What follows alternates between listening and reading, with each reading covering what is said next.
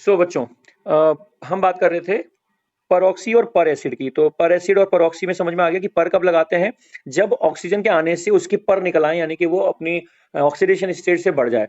और पर ऑक्सी हम कब लगाते हैं, जब हम ऑक्सीजन को ऐड तो कर रहे हैं लेकिन ऑक्सीडेशन स्टेट में कोई चेंज नहीं आ रहा है। ठीक है, अब इसका एक एग्जांपल हम यहाँ पे ले रहे थे कि ये जो H3PO4 5 है, तो ये इस तरह से होता है। ठीक है, तो ये बन गया। इसी तरह से H2SO4 का मैंने आपको एग्जांपल दे दिया है। देन पायरोफॉस्फोरिक एसिड जैसे एग्जांपल रहते हैं P2O7, तो इसमें भी यदि हम एक ऑक्सीजन ऐड कर दें, ठीक है, तो ये पता है क्या बन जाएगा, H4P2O8। और इसको हम पता है क्या बोलेंगे, इसको हम बोलेंगे परऑक्सी। परऑक्सी कुछ नहीं, परऑक्सो कुछ नहीं होता है, परऑक्सी होता है। ऑक्सी को ही ऑक्सो बोल देते हैं, जैसे ऑक्सी एसिड्स को ही कई बार ऑक्सो एसिड्स भी बोलते हैं। तो परऑक्सी, और क्या लग जाएगा ये इसके आगे, परऑक्सी डाइसल्फ्यूरिक एसिड या तो, या डाइफॉस्फोरिक एसिड, डाइफॉस्फोरिक एसिड। पायरो हट गया, उसकी जगह क्या लग गया, परऑक्सी और डाइफॉस्फोरिक एसिड। इसका नाम क्या था, डाइफॉस्फोरिक एसिड, या फिर इसका दूसरा नाम क्या था, पायरोफॉस्फोरिक एसिड। अब इसका स्ट्रक्चर अगर हम देखें तो यहां पर P ऐसा था, O P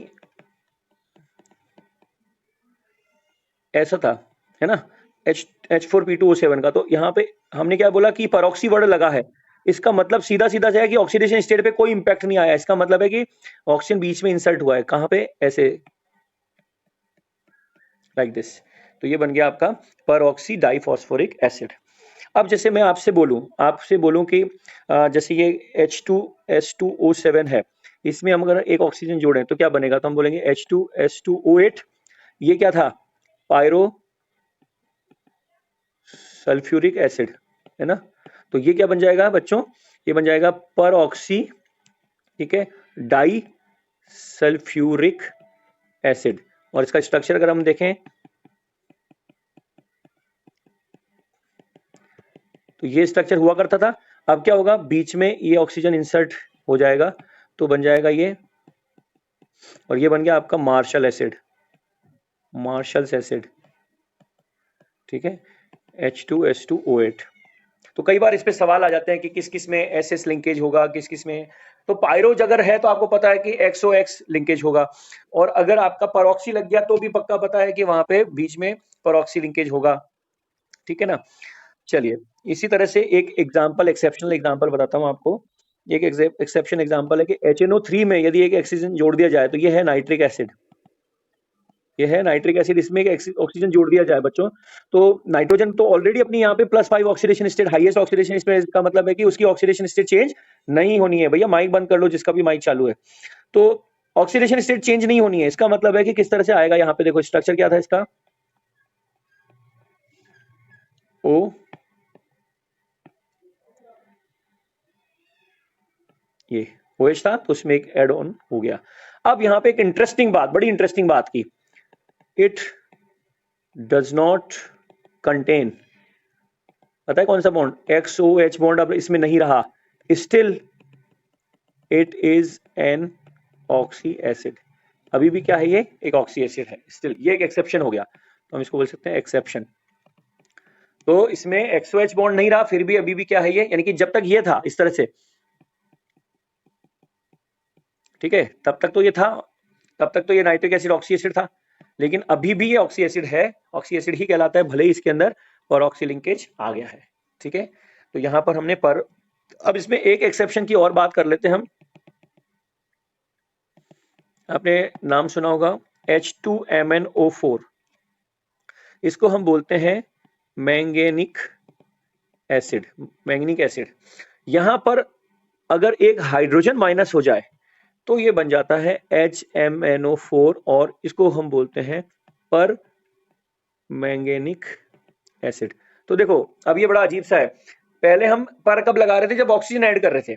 ऑक्सीजन ऐड करने से भी क्या हो रही थी, सेंट्रल एटम की ऑक्सीडेशन स्टेट बढ़ रही थी, परंतु यहाँ पे सेंट्रल एटम, अभी जैसे हमने स्टार्टिंग में एग्जांपल दिया था ना आपको कि ऑक्सी एसिड का बोलते हैं तो उसमें मेटल भी आता है, तो ये देखो यहाँ पे ये मेटल है, इसलिए मेटल भी हो सकता है। अब मैं बात कर रहा हूं कि यहाँ ऑक्सीजन के जुड़ने से पर लगता था, लेकिन हाइड्रोजन के निकलने से भी पर लगता है। पता है कि उसका लॉजिक सिंपल सा है, देखो बताता हूँ, स्ट्रक्चर देखो इसका।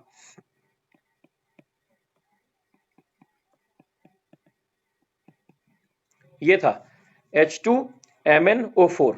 अब ये एक हाइड्रोजन निकलने से पता है क्या हो गया है, ऐसा बन गया है। नाउ यू सी, पहले कितने बॉन्ड थे यहाँ पे, इसके अंदर कितने बॉन्ड थे ऑक्सीजन के साथ, 1 2 3 4 5 6, ऑक्सीडेशन स्टेट कितनी, +6।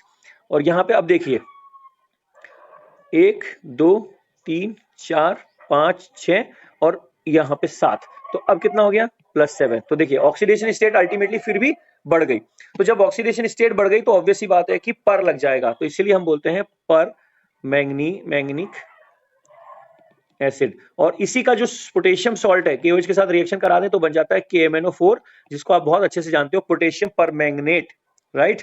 तो यहाँ पर ये बातें एसिड्स की हमारी हुई खत्म। इसके बाद में हम आते हैं थायो एसिड्स पे बच्चों। तो जो थायो एसिड्स हैं, उन थायो एसिड्स की क्या कहानी है जरा देख लेते हैं हम।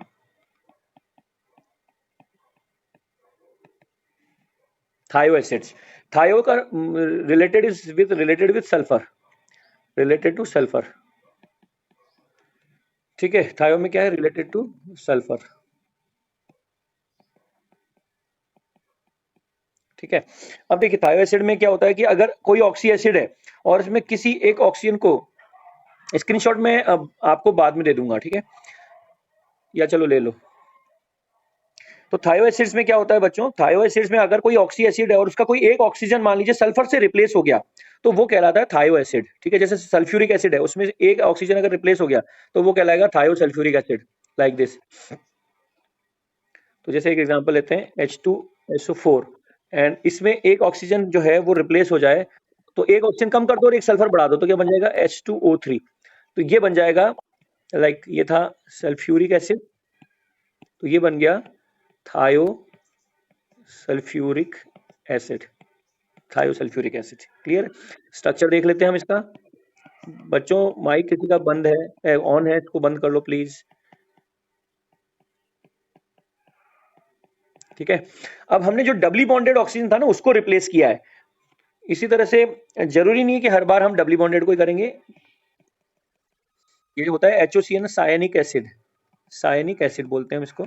अगर इसमें ये ऑक्सीजन रिप्लेस हो जाए, एक ही ऑक्सीजन इकलौता, तो ये रिप्लेस हो जाए तो ये बन जाएगा HS, इसको हम बोलेंगे थायो सायनिक एसिड, थायोसाइनिक एसिड, ठीक है। एक तो कैसे ये हो गया।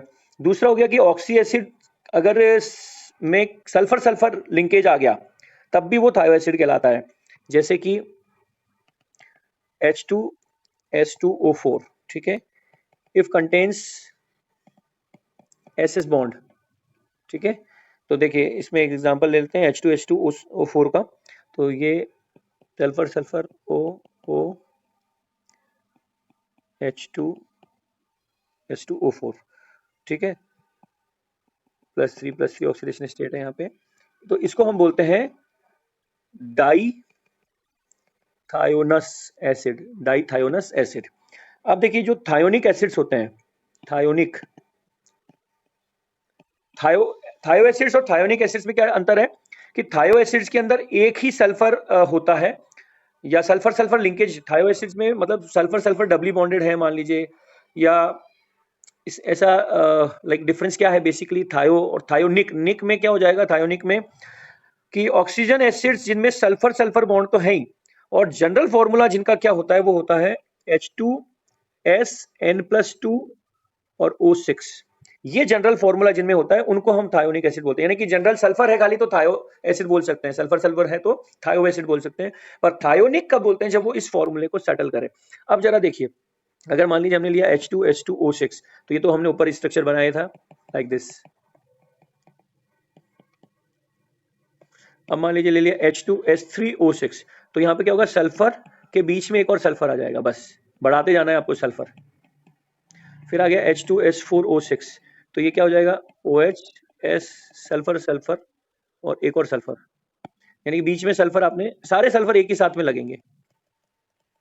तो लाइक दिस, ठीक है। तो इसका मतलब है कि अगर मैं कल को ऐसा लिख दूं तो हम इसको ऐसे लिख सकते हैं N-2, वो इसलिए कि मैंने यहाँ पे अगर N लिया है, टोटल N अगर सल्फर थे तो एक सल्फर ये हो गया और एक सल्फर ये हो गया, तो N-2 यहाँ पे लगा दिया। तो इस तरह से इसको हम बोलेंगे पॉलीथायोनिक एसिड, इसको हम बोलेंगे पॉलीथायोनिक एसिड, ठीक है बच्चों। तो ये हमारे सल्फर के जो मतलब ऑक्सी एसिड्स और सल्फ्यूरस एसिड थे। अब आप जानते हो कि अस कब लगाते हैं और इक कब लगाते हैं। अस एंड इक एसिड्स, अस एसिड्स एंड इक एसिड्स। तो देखो जो लोअर ऑक्सीडेशन स्टेट जैसे फास्फोरस है, तो जो लोअर ऑक्सीडेशन स्टेट है +3 है ना, +2 और +4 और +5, इन वालों को तो बोलेंगे इक एसिड, इन वालों को बोलेंगे हम अस एसिड। जैसे example phosphorous acid, pyrophosphorous acid है ना, मेटाफॉस्फोरस एसिड। जबकि इक एसिड में hypophosphoric acid, phosphoric acid, metaphosphoric acid, peroxyphosphoric acid. तो जाने जहां जहां भी +4 या +5 है फॉस्फोरस के लिए। इसी तरह से सल्फर के लिए हम बात करें तो +4 वाले जो होते हैं, +3 वाले जो होते हैं, +4 +3, वो जहां जहां भी आ रहे हैं वो सब सल्फ्यूरस कहलाएंगे, अस कहलाएंगे। और जहां जहां +6 वाले आ रहे हैं, +5 वाले आ रहे हैं, वो सब आपके क्या कहलाएंगे, इक एसिड कहलाएंगे, ठीक है। इसी तरह से जैसे हेलोजन है, तो हेलोजन में +1 वाले हैं, +3 वाले हैं, ये सब अस एसिड कहलाएंगे। जैसे हाइपो, ये +1 वाले तो हो जाएंगे हाइपोहेलस एसिड, +3 वाले हो जाएंगे हेलस एसिड, और यहाँ पे +5 वाले हो जाएंगे हेलिक एसिड, और +7 वाले हो जाएंगे पर हेलिक एसिड। तो ये इस तरह से। और बाकी सब के अंदर भी आप जानते हैं कि जैसे जो हाई ऑक्सीडेशन स्टेट वाले भी होंगे, जैसे बोरोन है, बोरोन का हाईएस्ट ही +3 होता है, तो H3BO3 को हम इक बोरिक बोलेंगे, बोरिक एसिड, ठीक है ना, इक लग गया क्योंकि बोरोन का होता ही हाईएस्ट +3 है। तो ऐसे कई सारे एग्जांपल्स हैं। तो ये हमारा डिस्कशन रहा ऑक्सी एसिड्स और सल्फर्स पे। मोबाइल भी बिल्कुल मेरा 4% रह गया है। तो चलिए बच्चों, मैं एक छोटा सा क्विक नैप ले लेता हूँ आपका। लाइक कुछ अगर डाउट्स हैं तो अब आप लिखिए मेरे को, ठीक है। पॉलीफॉस्फोरिक एसिड भी एक्सप्लेन कर दीजिए। पॉलीफॉस्फोरिक अभी एसिड किया तो था मैंने, पॉलीफॉस्फोरिक एसिड मैंने अभी एक्सप्लेन किया था। ये जैसे ये होता है ना आपका HN+2 PN और O3N+1, इसको हम बोलते हैं polyphosphoric acid. This is polyphosphoric acid. Naming of salts, हाँ नेमिंग ऑफ सॉल्ट्स बता देते हैं। Naming of salts, correct. तो देखो नेमिंग ऑफ सॉल्ट्स में क्या है, जैसे कोई अगर इक सॉल्ट है, ठीक है, इक एसिड है, इक एसिड का सॉल्ट, इक एसिड का सॉल्ट, ठीक है, वो क्या कहलाएगा, 8, उसके लास्ट में क्या लगेगा 8। एग्जांपल लेते हैं, H2SO4 है तो ये कहलाएगा Na2SO4। अगर हमने इसकी NaOH के साथ रिएक्शन कराई तो ये कहलाएगा। हाँ जी बच्चों, तो नेमिंग ऑफ सॉल्ट्स में मैं एक बार रिपीट कर दे रहा हूँ कि नेमिंग ऑफ सॉल्ट्स में जब इक एसिड होता है तो उसका जो सॉल्ट है उसमें हम 8 लगाते हैं। जैसे कि एग्जांपल H2SO4 का कंप्लीट न्यूट्रलाइजेशन कर दिया तो बना सोडियम सोडियम सल्फेट। और H2SO4 का यदि हमने पार्शियल न्यूट्रलाइजेशन किया और एक हाइड्रोजन अभी भी डोनेटेबल बच गया है, तो डोनेटेबल जब बच गया है तो हम बोलेंगे सोडियम हाइड्रोजन, यानी उस डोनेटेबल हाइड्रोजन जो बचा हुआ है ना उसके सम्मान में हाइड्रोजन वर्ड यूज करेंगे। इसी तरह से अस एसिड बन जाते हैं आइट में, तो H3PO3 है फॉस्फोरस एसिड, तो एक हाइड्रोजन को ही मैंने अगर यूज किया और अभी इन दो में से एक अभी बचा हुआ है तो उसके सम्मान में मैं बोलूंगा जितने बचे हुए उतने हाइड्रोजन बोलूंगा। तो चूंकि मेरे को पता है H2 में से एक ही हाइड्रोजन है जो देने लायक है, तो मैं बोलूंगा सोडियम हाइड्रोजन फॉस्फाइड। मान लीजिए H3PO3 में दोनों ही हाइड्रोजन हमने यूज कर लिए, तो बन गया जो सॉल्ट, भले ही उसमें दिखने में एक हाइड्रोजन ये दिख रहा है, लेकिन हमें पता है कि ये दिख रहा है, ये दिखाने का है, ये देने का नहीं है, तो हम इसको बोलेंगे सोडियम फॉस्फाइड सिंपली। अब मैं आपसे पूछता हूं सवाल कि जैसे मान लीजिए H3PO4 है और उसका मैंने एक NaOH से करवाया और ये बना NaH2PO4। आपको पता है कि H3PO4 में तो तीनों ही हाइड्रोजन देने लायक थे और अभी हमने सिर्फ एक ही दिया है, तो ये जो सॉल्ट बना है इसके सम्मान में हम क्या लिखेंगे, हम लिखेंगे सोडियम। पता है कितने हाइड्रोजन बचे हैं बच्चों, फटाफट बताओ कितने हाइड्रोजन बचे हैं, देना ये डाई हाइड्रोजन, तो हम लिखेंगे यहाँ पे डाई हाइड्रोजन फॉस्फेट। फॉस्फेट, फेट 8 क्यों लगाया, क्योंकि ये था इक एसिड। अब मैंने मान लीजिए कि इसका रिएक्शन किया और लिखा H3PO4 प्लस ट्वाइस NaOH, अब ने 2 दे दिए और ये बना दिया मैंने Na2HPO4। अब बताओ क्या लिखेंगे? Die sodium hydrogen phosphate. क्या लिखेंगे हम? Die sodium hydrogen phosphate. Clear हो गई बात बच्चों? अभी भी हाइड्रोजन लगाएंगे ना हम। सोडियम कितने हो गए हमारे? 2। न्यूट्रलाइज होके कितने सोडियम आ गए? 2। और हाइड्रोजन अभी भी एक बचा हुआ है जो देने लायक है, तो हम क्या लिखेंगे? Die sodium hydrogen phosphate. ये तो बहुत पुरानी बात हो गई यार, ये तो अभी मैंने स्टार्टिंग में ही बोला था कि जो हाइड्रोजन ऑक्सीजन से कनेक्टेड होता है वही सिर्फ देने लायक होता है। मैं कई बार बता चुका हूँ, पहले भी बता चुका हूँ, पहले जब हम डिस्कस किए थे तभी बता चुका हूँ, आज भी मैंने स्टार्टिंग में यही बताया। फिर क्या सुन रहे हो तुम? ये यहाँ पर जो भी ऑक्सीजन जो है हाइड्रोजन से कनेक्टेड है वही सिर्फ देने लायक है, जबकि H3PO3 में हमने देखा था कि स्ट्रक्चर ऐसा था। तो ये हाइड्रोजन ही सिर्फ देने लायक है, ये हाइड्रोजन देने लायक नहीं है, समझे? इसीलिए इसकी बेसिसिटी कितनी कहलाती है? बेसिसिटी का मतलब मैक्सिमम ये कितने दे सकता है? 3। और इसकी बेसिसिटी कितनी कहलाती है? 2। ठीक है, चलिए इसी तरह से मान लीजिए कि H4P2O7 पायरोफॉस्फोरिक एसिड है, ठीक है। अब पायरोफॉस्फोरिक एसिड के मान लीजिए हमने कन्वर्ट कर दिए, सारे हाइड्रोजन कन्वर्ट कर दिए, ठीक है। हमको पता है 4 डोनेटेबल हाइड्रोजन है, तो हमने लिख लिए 4 NaOH और यहाँ पे बना दिया Na4P2O7। तो इसको सिंपली क्या बोलेंगे? इसको सिंपली बोलेंगे sodium pyrophosphate, sodium pyrophosphate, that's it. तो अब आप है ना इसके बेसिस पे, जैसे मान लीजिए कि H2SO3 है, अब मैं आपसे एक सवाल पूछता हूँ, H2SO3 को मैंने एक ही NaOH दिया और ये बना NaHSO3, इसका नाम क्या होगा? फटाफट लिख के बताओ मेरे को, इसका नाम क्या होगा?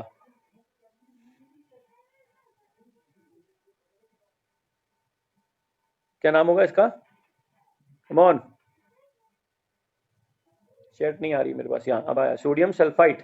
नहीं, सोडियम सल्फाइड नहीं बोलेंगे। अगर इसको सोडियम सल्फाइड बोलेंगे तो फिर इसको क्या बोलेंगे? हाँ, इसको बोलेंगे सोडियम हाइड्रोजन सल्फाइड और इसको बोलेंगे सोडियम सल्फाइड। जब कंप्लीट न्यूट्रलाइज हो गया तब तो हम सीधा डायरेक्ट सल्फाइड यूज करेंगे, लेकिन हाइड्रोजन वर्ड हम कब यूज करेंगे? जब हमारे पास डोनेटेबल हाइड्रोजन अभी भी बचा हुआ है। चलो अब फटाफट मेरे को सॉल्ट के नाम लिख के बताओ आप। एक एग्जांपल देता हूं, जैसे मान लीजिए हमने लिया H2SO5, है ना, ये क्या नाम था इसका? परऑक्सी सल्फ्यूरिक एसिड था। अब इसका हमने सॉल्ट बनाया NaOH के साथ में, ठीक है। तो यहाँ पे क्या बनेगा? Na2SO5। बताइए इसका नाम क्या होगा? फटाफट इसका नाम सोच के बताइए क्या आएगा भाई? इक एसिड था, इक से 8 हो जाएगा। अब ये कौन सा इक एसिड था? सोडियम, सोडियम सल्फाइड क्यों होगा हर्ष? सोडियम पर ऑक्सी सल्फेट, यस, सोडियम पर ऑक्सी सल्फेट। याद करो, परऑक्सी सल्फ्यूरिक एसिड था तो परऑक्सी सल्फेट हो जाएगा, दैट्स इट, सिंपल। चलो एक और एग्जांपल बताओ। HNO2 है मान लीजिए, और HNO2 का मैंने NaOH के साथ में रिएक्शन करवाया और ये बन गया NaNO2, तो क्या बोलेंगे इसको? NaNO2 का नाम क्या होगा? नहीं, डाई सोडियम अपन तब लिखते हैं जब हमारे पास में हाइड्रोजन और सोडियम का रेशियो चल रहा होता है। अगर हमने डायरेक्ट ही लिख दिया ना पीछे परऑक्सी सल्फेट, तो अंडरस्टूड है कि सारे हाइड्रोजन नलिफाई हो चुके हैं सोडियम से।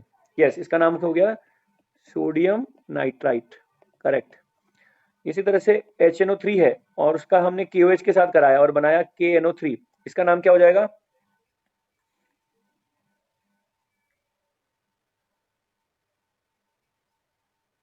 हाइपो क्यों आएगा? देखो ना, हाइपो वाला काम ही नहीं किया हमने। HNO3 का बताइए, सिंपल रिएक्शन करा रहे हैं। सॉल्ट बनाते समय आप पहले एसिड देख लो कि एसिड कौन सा है। हाइपो, मेटा, बेटा, ये सब तब लगता है जब उसके पेरेंट एसिड के नाम में हाइपो, मेटा कुछ लग रहा हो। अब पेरेंट एसिड का नाम लिख लो यहाँ पे। पेरेंट एसिड का नाम क्या है इसका? Nitrous acid. यार तो सिंपल नाइट्रस एसिड है तो नाइट्राइट हो जाएगा, और ये है नाइट्रिक एसिड, तो नाइट्रिक एसिड का क्या हो जाएगा? नाइट्रेट हो जाएगा। अब चूंकि कैटायन पोटेशियम है तो पोटेशियम नाइट्रेट हो जाएगा, पोटेशियम नाइट्रेट हो जाएगा, ठीक है। तो इस तरह से हम, चलिए अब एक एग्जांपल मैं आपको देता हूं। मान लीजिए कि कैल्शियम हाइड्रोक्साइड है, माइक बहुत चालू करो प्लीज, बाद में मैं मौका दूंगा आपको सबको। कैल्शियम हाइड्रोक्साइड प्लस मान लीजिए मैंने HClO ले लिया, ठीक है, HClO और 2 मोल HClO के ले लिए। अब मेरे को बताओ इसका जो सॉल्ट बनेगा, वो पहले तो जो सॉल्ट बनेगा वो हम देख लेते हैं क्या बनेगा। वो बनेगा Ca और ये बनेगा ClO2, ये इसका सॉल्ट बनेगा, ठीक है, प्लस 2 वाटर बन जाएंगे। अब मुझे बताओ इस सॉल्ट का नाम क्या होगा, इस सॉल्ट का नाम बता दो मेरे को फटाफट सोच के। सबसे पहले इसका नाम है कि इसका नाम देखो कि ये एसिड कौन सा था, याद करो ये एसिड खुद कौन सा था। मत माइक मत चालू करो प्लीज। 2HClO, HClO का नाम क्या था, हाइपोक्लोरस, हाइपोक्लोरस है ना। तो अब इसका सॉल्ट का क्या आ जाएगा, कैल्शियम, सॉल्ट में हमेशा याद करो कैटायन पहले आता है, कैल्शियम और क्या हो जाएगा, hypochlorite, calcium hypochlorite, got it, आई बात समझ में, कैल्शियम हाइपोक्लोराइट, वेरी गुड। मैं एक एग्जांपल और देता हूं, मान लीजिए कि हमने ले लिया बेरियम हाइड्रोक्साइड और इसकी रिएक्शन करा दी हमने, मान लो बच्चों HClO2 से, 2 मोल्स ऑफ HClO2, तो सोचिए प्रोडक्ट क्या बनेगा, प्रोडक्ट बनेगा barium ClO2 whole twice. Now what will be the name of this salt, फटाफट मेरे को बताओ, लिख के बताओ। तो सबसे पहले आपके दिमाग में इसका नाम आना चाहिए, इसका नाम क्या था, क्लोरस एसिड। तो क्लोरस से क्या बनेगा, क्लोराइड, तो क्या बन जाएगा इसका नाम, barium chloride, barium chloride, that's it, very good. Hypo क्यों आएगा यार, बार बार वही गलती कर रहे हो, हाइपो क्यों आएगा, ये होता है HClO, होता है हाइपो क्लोरस, हाइपोक्लोरस, HClO2 होता है क्लोरस, HClO3 होता है क्लोरिक और HClO4 होता है पर क्लोरिक। बार बार हाइपो कहीं पे भी मत लगाओ, ठीक है। तो आज जो मैंने ये रिकॉर्डिंग्स हैं, ये रिकॉर्डिंग्स में डाल दूंगा, तो आप इन रिकॉर्डिंग्स को जाके वापस से रिवाइज करना, तो आपको अच्छे से याद हो जाएगा चीजें, ठीक है, प्रैक्टिस करनी पड़ती है।